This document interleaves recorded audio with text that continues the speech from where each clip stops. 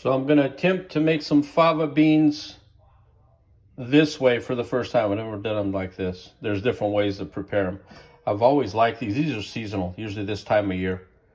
So I take them out of their shell, put them in a boiling pot. Took about 15 minutes. It wasn't too bad. And I check them with a fork. Get them cooked. I don't like them overcooked. And now what I'll do, here's some of the ingredients. I'm going to take some onion, chop it up, garlic, chop it up. This is some specialty stuff. I guess you could use different sauces, but this is what I'm using. A little bit of that paste, a hot paste. Some olive oil, salt and pepper, a little bit of vinegar. And I really couldn't say how much of each. I'm starting to sound like my aunt until it tastes right.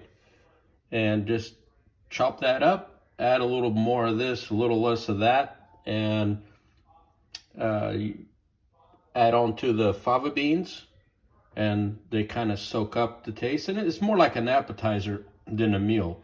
This is one of the appetizers you'll put together if you got buddies over and they're gonna have a few beers before the bullfight kind of thing. At least that's how I remember when I go back to the old country. But I've always liked these, and I like them in different ways.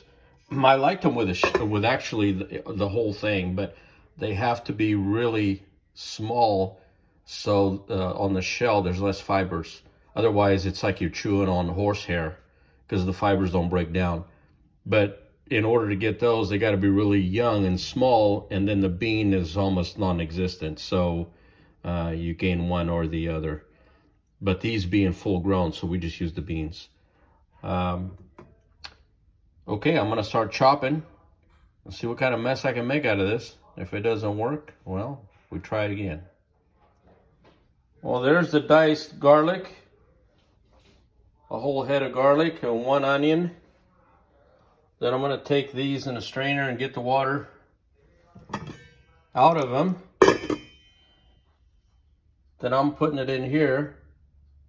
Mix this with that until it tastes right and looks right. Let it sit here. Let the beans take the flavor for, I don't know, whatever long it takes. And then I'll put it into that. That's the idea. And remember not to rub your eyes after you do this. It's not so pretty good if you do.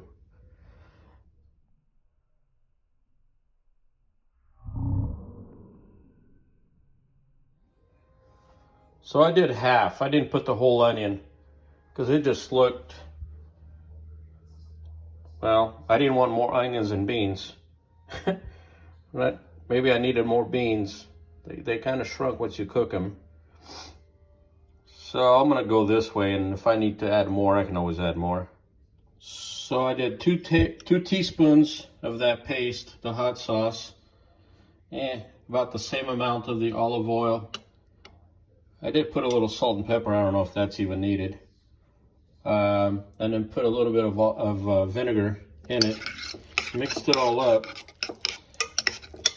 This is the color and consistency that I got.